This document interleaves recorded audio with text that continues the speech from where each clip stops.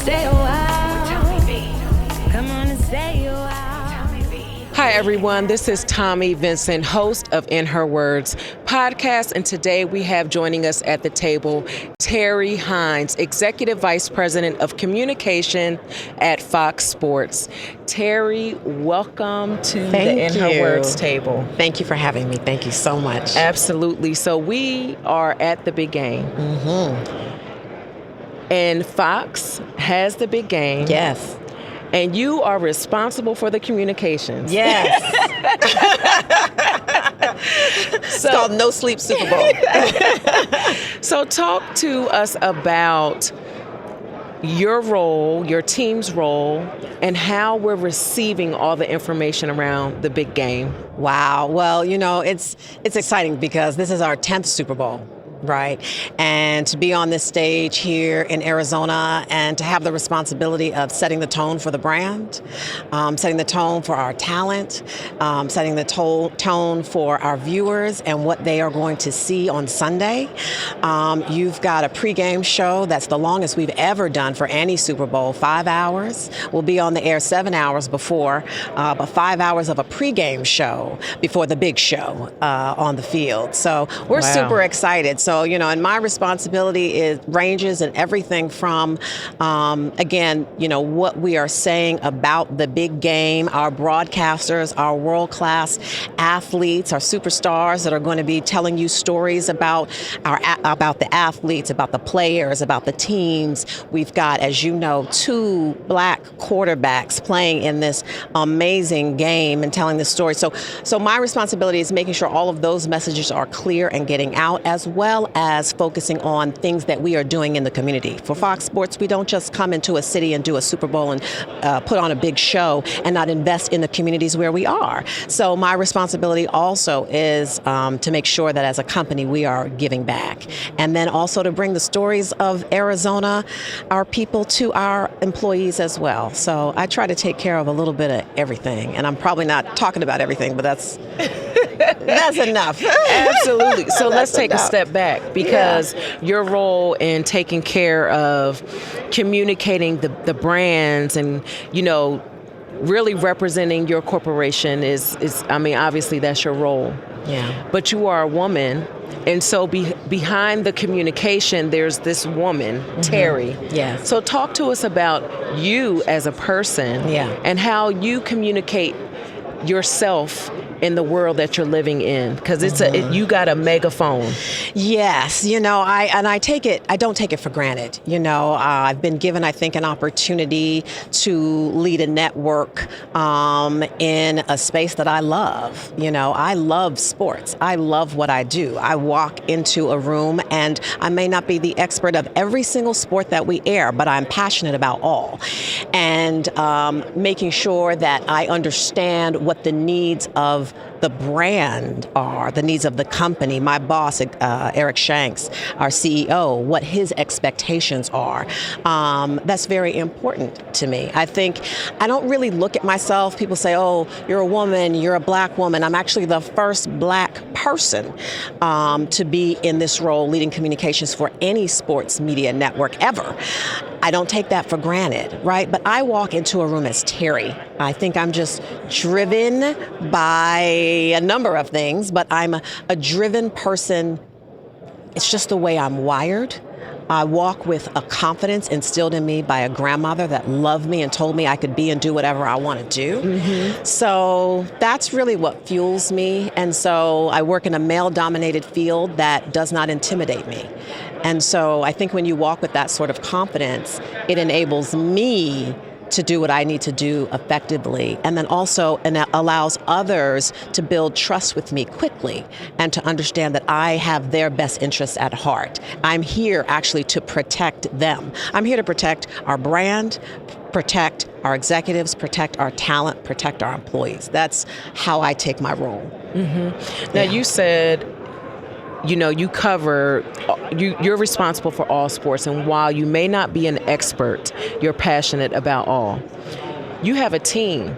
So even what you don't know, when you have the right team around you, correct, someone else may have information in an area where you may not have. Talk about the importance of surrounding yourself with the right team to get the job done.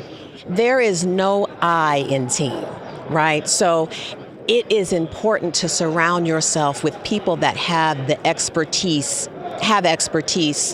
across everything that you do. So while we may be here airing a Super Bowl football, right, we also have people that are experts in soccer. We have people that are experts in racing, in NASCAR. We have people that are experts in horse racing even, and in baseball, and in so many other sports. And so it is important to have people on your team that have a passion and an understanding for that. Even when you're talking about the community, people who understand how to give back to a community, people that have relationships with nonprofits, people that understand what fundraising looks like, right? And then also people that are passionate about diversity, social impact, all of those spaces that I am responsible for and that I'm also passionate about. So there's no I in team. I can't do it alone. Yeah. You know, I have a team of, there's probably a dozen people running around in Arizona covering a plethora of things just for this Super Bowl. So whether it's folks at our stadium, because our set is at our stadium, our FS1 shows are here in Arizona and broadcasting from State Farm Stadium right before the big game. Whether it's someone shadowing our technical crew so we can run around the stadium and find out what it really takes to put on a Super Bowl. There are 94 cameras in that stadium to capture every single moment of play on the field. Mm-hmm. And so all of those pieces are important. There are people in the community. There are people shadowing our talent for their appearances and creating appearances. I am here talking to you today. Somebody else is somewhere else, you know, in handling or managing another interview. And you know, it's our hope that as a brand on Sunday, at the end of the day, as a brand and as a network, that we put on the best possible show for over 100 million viewers that will be tuned in. So we're excited about it. So Terri Hines did not wake up like this. Right. So, she didn't. She didn't. She didn't. You know, but there are women who are focused on reaching a goal. And they're on their journey, and the journey has presented some obstacles, and there's some discouragement, there's some victories, there's all these moments along the way. Yeah. What are some words of encouragement you can share about just staying it? Yeah, I think, oh gosh, just be true to yourself. I know that's a cliche and people say it all the time, but just be true to yourself. Be focused on your dreams or whatever it is that you want to do. I don't think there's any mountain that's too tall to climb. I don't think there's any obstacle too hard to overcome. I really believe that if you want it, you can attain it. Now, you have to have some expertise, you know, in the journey, right? You have to have some understanding, some studying, some passion in what you're doing. But there's nothing too lofty that you cannot attain. I truly believe that if you're prepared, preparedness is key. And I feel in my journey, every step that I have taken, I have prepared myself for the next step. And so whether I was ready or not, you know, it's time. Sometimes it's just time to leap and just step out on a leap of faith and make sure that you can do it. But, you know, there's nothing too big that you can attain if you put your mind to it. And I've just always been wired that way. And I think I've always been that person that walks. I was texting with someone on my way here, and they were asking about the Congressional Black Caucus event that we're doing tomorrow. And I said, you know, I just walk into a room like I own the place. Yes. Or like I own the room. And when you walk into a room like you own the room, people have to accept you at face value, right? They have to accept it. Like, oh, well, she's supposed to be here. Yes. You know what I'm saying? And so I've always just walked into rooms like I've owned them. So when I talked before about, you know, working in male-dominated fields, sports, television's male-dominated. You know, the space that I came from prior to Fox, male-dominated. I worked for Nike for 10 years. prior to that, most people don't know, I worked in the automotive industry, male dominated. You walk into a room like you own the room, and people give you the respect from go. So. You mentioned about Fox Sports being here, and one of the pillars that you make sure you're working on is being in community and serving the community where the Super Bowl is present. You also have your own philanthropy work that you focus on with the Rape Foundation. Can you talk about that? Oh gosh, so I am on the board of advisors for an amazing organization that is Los Angeles based called the Rape Foundation. And I actually give to a number of charities.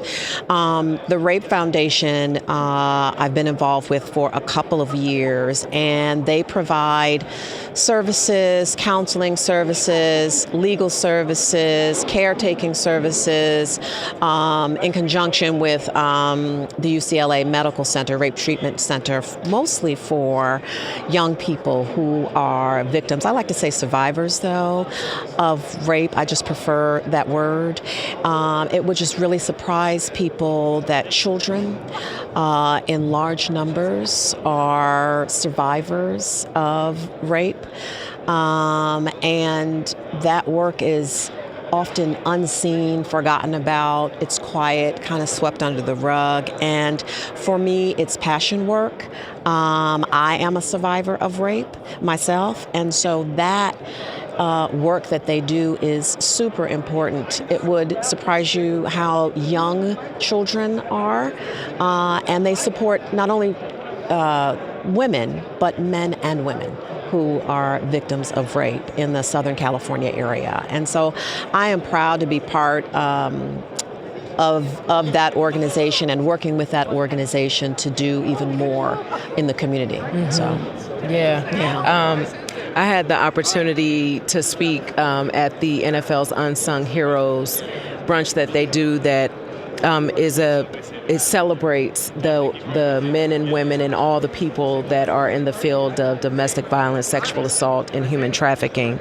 And one of the things I talked about, because I'm a survivor of domestic violence, and oftentimes when you say survivor, right, people tend to say, "Oh, I'm so sorry that you experienced that." And while those sentiments may be true, what should not be synonymous with the word survivor is anything other than strength. Yeah. Because if I survived, right, that in itself is power. Absolutely. And so I just wanted people to understand that when you say that, be mindful that when you are meeting a survivor, the mere fact that that person is in front of you, it is an indication of their strength, of the power, the tenacity, and what it took to be able to stand in front of you in that moment. So it's not a moment of pity, it is a moment of empowerment. Absolutely. And strength. I mean, it's probably taken me a long time to get to the point where I can actually say those words out loud. Yes. But it is so freeing. And it is so empowering, and it is so important. I speak to young people. I speak to young women. I have a niece that's, like a daughter to me, like the daughter I never had. And I never want anybody that I know and love ever to experience that, right? So there's a power and a fuel and an education that we need to give our young people to know that they are, one, not alone. They have resources, people, friends that they can go to for help. And they are not alone. That's just the most important thing that I can say. But yes, to your point, there is a power, there is a resilience, there is a tenacity, there's a you can't mess with me sort of thing. You know what I mean? I don't say the right words. But you know what I mean? That nothing can really touch me, And I appreciate those words, but I'm stronger. I walk with so much strength. There's nothing that can touch me and nothing that can hurt me. Yes. So, and I don't want anyone else, any other young person or older person, to experience that. So I think education is key. Absolutely, 100%. So this segment of our conversation is I'm bringing her to the table with me. Okay. And this is your opportunity to present another woman with verbal flowers, for you know that you would not be where your career is today without her fingerprint on your life. Oh, I didn't come prepared for this one. I'm always prepared. Oh, one woman? One woman. Living? It's up to you.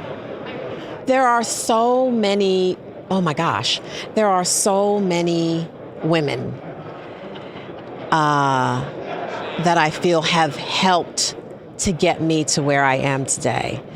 I have two in my head. Okay, let's hear the two. Can I never follow the rules.